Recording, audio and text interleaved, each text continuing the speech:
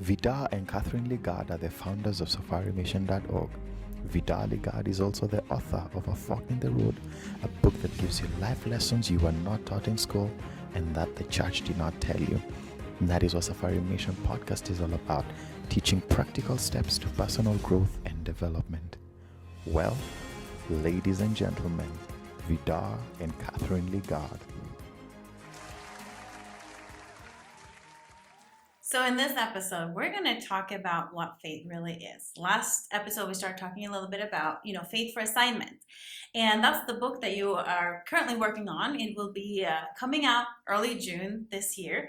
And it talks a lot about how to use faith for your assignment. So we want to kind of talk a little bit about what really is faith. Yeah, or another way to say it is, how do you know you're in faith? Sure. We find a lot of people that are, that they're trying to believe God, and sometimes they're thinking they're believing God. Mm-hmm. But sometimes it's really important to know, how do you know that you're really believing God? Mm-hmm. And so if we go back to Romans 10 about how we're saved, what does it say? The word is near you, in your mouth and in your heart. That is the word of faith that we proclaim. Because if you confess with your mouth that Jesus is Lord and believe in your heart that God raised him from the dead, you will be saved. For with the heart one believes and is justified, and with the mouth one confesses and is saved. Mm-hmm. That's right. So it is a conviction. The word faith, it means convinced or fully convinced, as some translations would say. So it's not I think so. Mm-hmm. It's not I hope so. Mm-hmm. It's not I'm wanting to believe so. Right. It is I am convinced. And it's not convinced in your head. We know in our heads that 2 + 2 is 4. Mm-hmm. But Bible faith is a conviction. It's based on what God has said. Mm-hmm. And that conviction is not just, we didn't think our way there. We know it. We're convinced in our heart. Mm-hmm. I remember one coworker one time, he said he had tried all kinds of stuff in life. He had tried alcohol, drugs, women, on down the list you go. And he goes, well, I think I'm going to try God. Mm-hmm. He comes to church with us, goes down to the altar and, accepts salvation or goes down to the altar. He had told us ahead of time, I'm going to try God. And he says the sinner's prayer. I talked to him after church, and I knew straight away that you're not saved. You just said the sinner's prayer. Right. There was no conviction in his heart. Right. He was not convinced that God did wash away my sins. Mm-hmm. He was not convinced I now have a relationship with God. Mm-hmm. Faith in his heart was not there. Mm-hmm. And of course, I was his co-worker, so I got to see him over the next several weeks. Yeah. And he was trying religion. He was trying church membership. Mm-hmm. And he did what the church told him to do, just repeat these words after me. He repeated the words, but there was no faith there. Mm-hmm. And so there was no salvation. Mm-hmm. And so faith is of the heart. In Mark 11, Jesus, he curses the fig tree and the fig tree withers, and the disciples talk about it. And then Jesus teaches them, and he says in verse 22 of Mark 11, and Jesus answered them, have faith in God. In other words, Jesus puts the responsibility on us. Mm-hmm. Have faith in God. It doesn't come automatically. It doesn't come by God wishing it. There is something we're supposed to do. We have a part to play in whether we have faith or not. Mm-hmm. He tells us how it comes as well. It comes by hearing.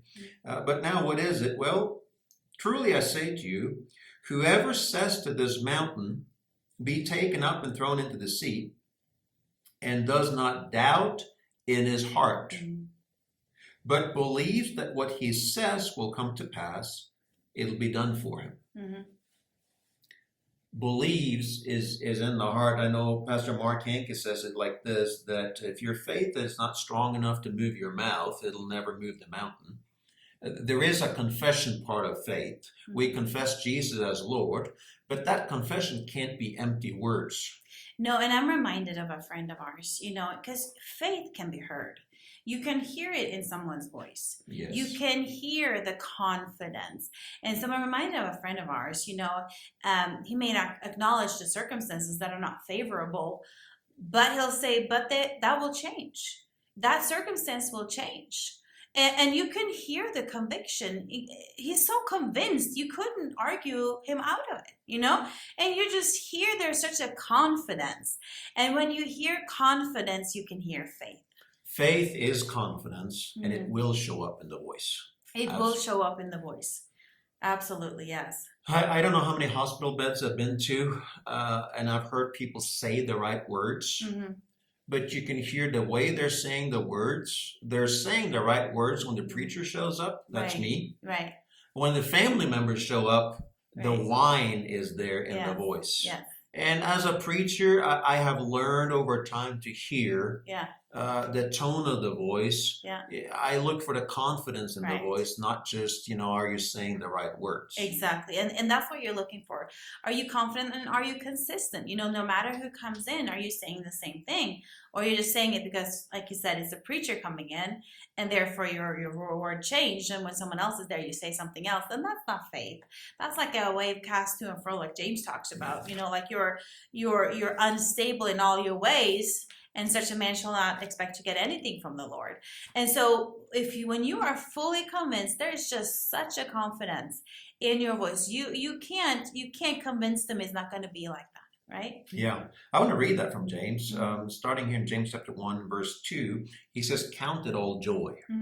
And joy really is a manifestation of faith. Or another way to say it, where there is faith, there will be joy. True. Where there is faith, there will be peace. You can't have faith and worry going together. You can't have faith and sadness going together. Right. I remember with the 12 spies that spied out the promised land that came back to Moses. This is in Numbers chapters 12, 13, and 14. You can read the story there. And when they came back to the people, it says the people wept that night. People of faith don't weep that night. Not like that. And those people, they said, would that we have died in Egypt. God told them there in chapter 14, he said, as I have heard you say, I will do to you. And they said, wish we had died in Egypt, wish we had died in this desert. They ended up dying in the desert. They had what they said. Caleb and Joshua, they said, let us go up at once. There is the confidence in what they're saying. Caleb and Joshua ended up entering the promised land. Everybody else died in the desert. Everybody had what they said. But what they said was not a programmed confession. It was a natural outflow of what was in their heart. So you're not looking for this confession for the sake of the confession. Right. You're looking for what words are you saying that are connected with your heart. Right. Those are the words that matter. Exactly. And so James keeps on talking about this. Count it all joy, my brothers, when you meet trials of various kinds, for you know that the testing of your faith produces steadfastness, patience. Let steadfastness or patience have its full effect, that you may be perfect and complete, lacking in nothing. If any of you lack wisdom, let him ask God, who gives generously to all without reproach, and it will be given him. But let him ask in faith, with no doubting. For the one who doubts is like a wave of the sea, and this is what you talked about, that is driven and tossed by the wind. For that person must not suppose that he will receive anything from the Lord. So we are the ones that need to ensure we're not doubting. Yes. Oh, yes. I remember Brother Hagin told us this many times. He said, faith in your heart will work with doubt in your head. And that has helped me so many times, because there is a place you can get to where you have confidence in your heart that your head is still giving you trouble. Yes, absolutely. That is very true. Your head is still trying to figure it out. Your head is still trying to calculate, how will this answer come? Exactly. Who do I know in my circle that's capable of bringing the answer? Your head will go there. Yes. Faith doesn't go there. Faith trusts God, and he trusts that he is able to bring the answer to you, irregardless of who you know in your circle. Exactly. Yes, and I've seen this for myself. There's something that you're believing for, and there's a lot of times there's a delay between when you start believing until you see it come to pass. And sometimes that delay is longer than we want it to be. And along that path, you are given opportunity to agree with doubt, to agree with confusion. Your mind will start wandering, like you said, and will start giving you all these things. And you're given opportunity to start agreeing with doubt, and you're given opportunity to give up. Yeah. But then the question is, what do you do during those times? How strong is your faith? Are you going to go back into no, I know what the word says. I know what's been spoken. I'm going to stay in faith no matter what it looks like, no matter how hopeless it looks like, impossible it looks like, ridiculous it looks like. I'm just going to still believe and let God work it out in his timing and the way he needs to work it out, because we cannot always foresee how and when the answer is going to come. Yeah. I remember one year we were preparing for East Africa Faith Conference, and we were going through some financial situations. We had a lot of other different situations. It was a year of a lot of turmoil in many different ways. And I remember as we were preparing for the conference, we're getting closer, and at this time we're probably a couple months out, and it seems like nothing's going right. We're not finding the teams that we need to have, and a lot of different things. This is several years ago now. And I'm believing God for the finances for the conference. It came with a price tag that at this particular time was more than we had bit off before. And so that wants to come. Mm-hmm. And you get busy in the natural. There's so many things that needs to be done. You work with the signers, or you work with venues, you work with all these natural things, and nothing happens unless it happens in the natural as well. So the natural things needs to be done. But the more you work in the natural, you run the tendency of moving from faith to mental assent. Mm-hmm. You remember, well, I was believing God 2 weeks ago, mm-hmm. but if you're not careful, joy and peace will no longer be in your heart if you're not careful, and you'll move to just acknowledging in your head, I'm believing God. I remember one night I'm drifting off to sleep. It's about midnight. And I am worn out. I mean, I can feel my body aching all over on me, muscle ache. Mm-hmm. As I'm going to bed that night, I'm just tired from long hours of work, day after day and week after week. Mm-hmm. And I'm about to drift off to sleep, and my mind goes into doubt mode and is wondering, where's this money coming from? Where's this money coming from? And the mind just keeps on going, and it's one of those days you're so tired, but you can't shut off the mind yet, mm-hmm. because the mind has just been going 100 miles an hour all day long. And after I lay there for a little while, I go, and my body says, just go to sleep. And I realize, you know what? This is not faith. And so I have this conversation in my mind that this is not faith. My body is aching, saying, go to sleep. And I think, you know what? Just deal with this tomorrow. You need to get back into faith. Mm-hmm. You know that. Just deal with it tomorrow and drift off to sleep. Mm-hmm. Get some rest first. I think to myself, I've got another busy day tomorrow. Mm-hmm. I actually rolled back out of bed. I didn't want to wake you up. I didn't want to wake up the kids. And I started meditating. And I go back. You see, faith is established on knowing what God has said. Mm-hmm. And sometimes you need to go back and strengthen your faith, going back to the promise. So I went back to scriptures, the same scriptures that had formed my faith that I had a couple of weeks ago, but now I'm struggling with doubt. Mm-hmm.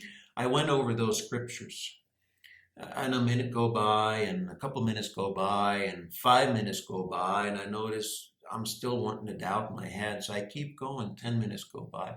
It wasn't until I'd been meditating on the same scriptures for about half an hour, I start noticing peace is starting to come in my heart. Mm-hmm. Joy is starting to come in my heart. Mm-hmm. Well, I wasn't going to just get to the place that there is a little bit of peace and a little bit of joy, and there's not those thoughts of doubt are not as strong anymore. Mm-hmm. I wasn't satisfied with that. I kept going, and I started count it all joy. And sometimes we call this the praise cure. Mm-hmm. Where you just start counting it joy, even though joy is not there. But I know, God, you are providing for us. And I started rejoicing, and I started praising in the midnight hour, literally and figuratively. Mm-hmm. It was 2 a.m. that morning. Mm-hmm. And I just kept on praising, and I kept on meditating, and I kept on praising, and I would get louder and louder. I get more and more confident. And at 2 a.m. that morning, I'm literally dancing in our living room floor. Mm-hmm. And that was a way that I had to strengthen the faith that had been in my heart. I needed to get to the place that joy and peace is in my heart. Mm-hmm. True. That particular year, the money still didn't come, and we were still a little ways out from the conference. But I kept peace and joy in my heart. And it was, I think the conference started on the Wednesday, maybe. It was Monday, we got a message. Somebody was wanting to help with some gifts, and it would take time for the money to reach our bank account and all that. The business office at the venue closed at 5 p.m. on Tuesday. We had the money in hand. 4 p.m. on Tuesday, we cut the check for that venue. It wasn't a fake check. It was a real check. There was money in the account. And we paid for that venue 1 hour before business closed so that the conference could start the next morning. Right. But that's an example of ensuring you have to realize what faith is, because doubt will try to come. And if you don't know the difference, you can just walk by mental assent and the miracle will not come. Right. I got back into faith and joy, and the real miracle did come. So that's a battle that we've had many, many times over the years. Sure. Yes, and it might be different circumstances, it might be different issues, but faith works like that. You gotta find peace, and when you have peace, you gotta stay in peace, and you gotta find the joy about it, where you're not scared and afraid and all those things about it. And so, you know, you look in the spiritual realm and you realize you have the victory, but you can easily look in the natural realm and see, hey, I don't see it yet, right? It's not here yet. It's not there yet. So it's important that we keep our focus on the right things so that it can come to pass when it's in its time. And it's important that you don't limit God by telling God how it's going to come to pass, because that you don't get to decide how it's going to come to pass. God gets to decide that. And a lot of times he surprises us and he's like, oh, I'm going to do it this way. And you're like, I didn't see that coming, right? Right. And so that's how faith works. You don't get to decide how it's going to come to pass. You don't always even get to decide when. Because, you know, if we got to decide when, the money would have been there on Friday at least, not on Tuesday, right? A long time before. A long time before that. More comfortable that way. It was much more comfortable if they come a lot earlier than they did. So even the timing, you can't say God is going to have to be by that time. Well, obviously we had the deadline at 5 p.m., so it had to be by 5 p.m., and then it was at 4 p.m. So it was cutting it close for us. It was getting close. It was getting close. Yeah, you know, a lot of people have said faith is an act, or faith is just simply acting as though what God told you is true. Yeah. And that is certainly true. Faith will result in confession. Faith will result in action. An act in and of itself is not necessarily faith, but faith is an act, or faith will produce an action. Yeah. There's a story in Acts chapter 19 where God was doing extraordinary miracles by the hands of Paul. Even handkerchiefs and aprons that had touched his skin were carried away to the sick, and diseases left them, and evil spirits departed from them. Then some of the itinerant Jewish exorcists undertook to invoke the name of the Lord Jesus over those who had evil spirits, saying, I adjure you by the Jesus whom Paul proclaims. 7 sons of the Jewish high priest named Sceva were doing this, but the evil spirit answered them, Jesus I know, and Paul I recognize, but who are you? And the man in whom was the evil spirit leaped on them, mastered all of them, and overpowered them, so that they fled out of that house naked and wounded. They did the same thing Paul did. Yeah. They said the same things Paul did. Yeah. They acted the same way Paul did. Yeah. But it didn't quite work. It didn't work. Because faith is not copying actions. You can learn from somebody's faith example. Sure. You can, in a sense, you can copy their faith. Yes. But the action needs to be proceeding from your own faith in your own heart. Yes. And the faith in your heart, it must be established on God's promise to you. Yes. Just because somebody else believed God for a car, you go, I'm going to believe God for a car. No, you have to go to the Word of God yourself, and you have to make sure your faith is founded in your conviction. This is what God told me. Exactly. And the actions that God tells you to do might be different from someone who's believing for the same thing. You know, God, maybe you have two individuals believing for a car. And one of them, God is giving them a car supernaturally. And the other one, God is leading them to go and maybe visit a shop and maybe, a completely different way. You know, there's the leading of the Holy Spirit in also obtaining the promises. And just because you're believing for the same thing as your neighbor or your friend doesn't mean that God is going to lead you exactly the same way to how to obtain it. Right. So faith will produce a confession. Yes. What we say Mhm. is an indication of faith. It will produce an action. How we act is an indication of our faith. Yes. But an empty confession and an empty action, or copying somebody's confession, copying somebody's action, is no proof that faith is there. Exactly. Faith will produce a peace and a joy in your heart. Yeah. It would work, or it will work, with doubt in your head, Mhm. but you have to ensure that your heart is not worried, Yeah. that you're not timid, that you're not scared, but that you're convinced in your heart and that you're full of joy and peace. When those components are there, real faith is there, your answer is on the way.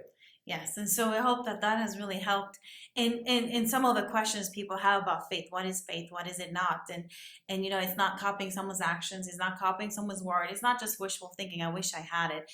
It is actually a conviction, and you are so convinced that when you talk about it, there is just such a boldness about it. You just know that you know that you know that it's going to come to pass. Yeah. And so that is really important to distinguish between what is real true faith coming from the heart and what is just actions that we produce that we hope will lead to the same results. And it's not going to be the same thing. So I think that's what we had for today, right? Yes. This is the Safari Mission Podcast. Share this with a friend. Have them go to safarimission.org. You can find more information about us.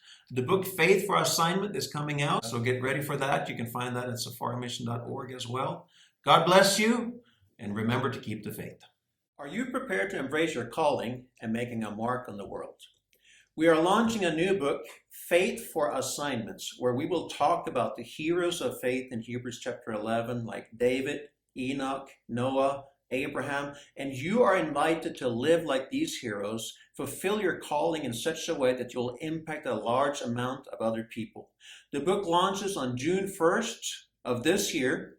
Go to safarimission.org. You can pre-order there, or you can call us at Safari Distribution at +254 741 777 805. God wants you, and we want you to fulfill your calling. We have written stories from biblical heroes and examples from modern day life here in Kenya, East Africa, on how to live out God's calling. We're inviting you, go get involved, go get this book, Faith for Assignment, and you will see how to live. God bless you.